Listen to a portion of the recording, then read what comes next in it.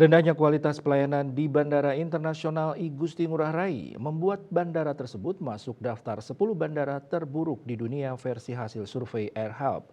Namun diyakini hal ini disebabkan oleh ulah segelintir oknum, bukan cerminan Bandara Ngurah Rai secara keseluruhan.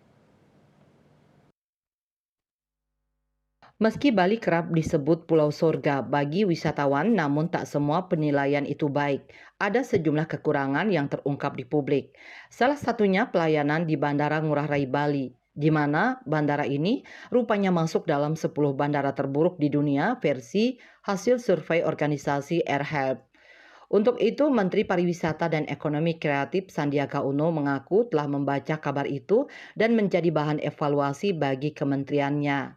Ia mengatakan budaya keramah tamahan di bandara sebagai tempat yang akan menjadi kesan pertama dari wisatawan ketika mengunjungi Indonesia sangat penting. Dari penilaian itu, masyarakat berbondong-bondong memberikan komentarnya di akun Instagram @balipos.